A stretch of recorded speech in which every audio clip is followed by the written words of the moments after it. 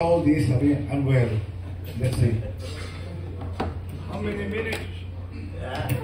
Make it two. Yeah. I want to be very clear. I have my staff. How many minutes am I allowed to speak? I just want to remind you, because after this, the media will be asking. Correct. How many minutes? No, I want to be... Okay. Five. Magandang umaga, bayan. Ayong puntag, mga kaigsuunan. Good morning. I came from Cebu. I only have a few hours sleep because I love as my partner to my right. I love my country. I wish to see the spirit of heroism, nationalism, patriotism really in the real sense. I have a 5-year-old son.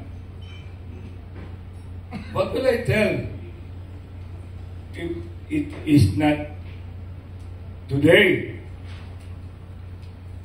If it is not us, including all of you in media, even the waiters here, dada, wala namang ginagawa. I've been into this. This is not new to me. Precisely, freedom movement last August 21 occurred, and I joined to be counted. And I am here to be counted. This is jokingly personnel computed, but this is People's Congress. Being a lawyer, we know too well. It's the people. It is us. Greater good for the greater number. General welfare. Vox populi. Salus populi is suprema lex. I am not for the advocacy, paasa ng boses or what not. Let's walk the talk. Let's walk the talk. If it is now, if it is not now, when? If it is not us, who? I am ready to be roasted, grilled, though I have still 2 minutes, but I do not want to spend it in difference. Meron pa akong 2 minutes, but I'd rather bring it to question and answer. And I am ready, in behalf of PDP Laban, as Vice President for the Visayas 6, 7, and 8, and even Negros and whatever. Thank you very much. Good morning. Thank you. Maayong buntag. Good morning, everyone. I am here this morning to likewise contribute whatever voice I may have in this society to my fellow PDP Laban members and officers. No? Alam ko po yung taong bayan ay hindi na po nasisiyahan. Alam ko rin po na marami po sa atin ay ayaw nang makialam dahil sa kailangan nila magtrabaho, wala na silang oras para po sa ating bayan. Alam ko na ginugugol nila ang kanilang oras para lamang kumita, para meron silang pagkain kinabukasan. Pero tayo po ay Pilipino. Tandaan po natin si Jose Rizal, doon po sa kanyang libro, The Philippines a Century Hence.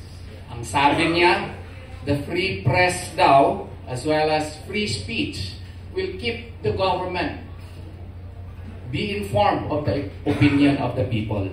So kailangan po tayo magsalita. Kailangan po natin ipaalam sa gobyerno na hindi na po tayo masaya. Kailangan po may managot. Ano na po ang mangyayari doon sa mga bilyones, trilyones na pera na nawawala at napupunta sa ilang tao lamang? Kung wala tayong gagawin ano na po ang mangyayari sa ating bansa? Ano na po ang mangyayari sa ating mga anak? Isa lang po ang bansa na binigay ni Allah Subhanahu wa Ta'ala sa atin. Kailangan po natin itong protektahan. Kung hindi tayo gagawa para sa ikabubuti ng ating bayan, sino po ang gagawa nito?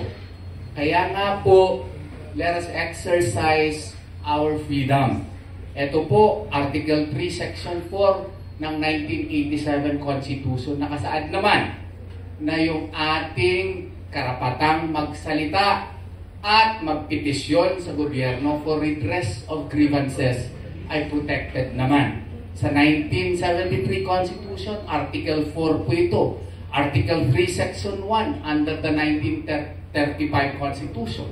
And doon po sa ating history, protected po ito, maging sa Jones Act, maging noong pang 1902, noong na-create po yung pag-control ng mga Amerikano dito. Kaya nga po, magsalita tayo, ipaalam natin sa ating mga lideres na hindi na po tayo masaya. Nasa kamay po natin ang ating kinabukasan. Sovereignty resides in the people and all government authority emanates from them. Kaya ipaalam natin sa gobyerno, tama na po, grabe na ang korupsyon. Magsalita tayo, let us work for what is for our country, what is the best for our country. Maraming salamat po, Attorney Israelito Bobetorion po. Good morning po, I'm Engineer Henry Sabate, a legitimate contractor and the founding chairman of iCare PH Advocates Incorporated. Ang organizations po namin is national level, including international. Marami po tayo, organized na po yung organizations natin at ang advocacy po natin ay humanitarian. Marami at naapektuhan na po ang buong bansa sa mga corruptions na nangyayari sa ating lipunan. Kami po ay handang tumulong kung hindi kayang gawin ng ating gobyerno. Nandito po kami, itong organizations namin na non-stock, non-profit. Willing po kami makikipag-collaborate sa mga taong naapektuhan at willing po kaming tulungan po sila sa abot ng aming makakaya. Ako po ay nagpapasalamat na ang isang kaibigan ko po na si Curly Discaya ay nag-testify na po at alam ko po ang lahat ng sinasabi niya ay totoo bilang isang kontratista po. In fact, kaibigan ko po siya. Lahat ng sinasabi niyang corruption at lahat ng sinasabi niyang structure nung type of corruptions, totoo po yan. Yung mga sinasabi niya mga DPWH na alam mo itong mga isopi, totoo po yan. Mas naniniwala at kapanipaniwala ang mga sinasabi ni Curly Discaya, yung mga asawa, rather than doon sa mga dinidepend ng mga DPWH and mga congressman. Kaya nandito po kami at willing na willing po kami pagpatuloy ang aming serbisyo doon po sa naapektuhan ng dahil sa corruption. So maraming salamat po sa taong bayan at maging sa media po, nagpapasalamat po ako lalong-lalo na po sa PDP. Maraming salamat po.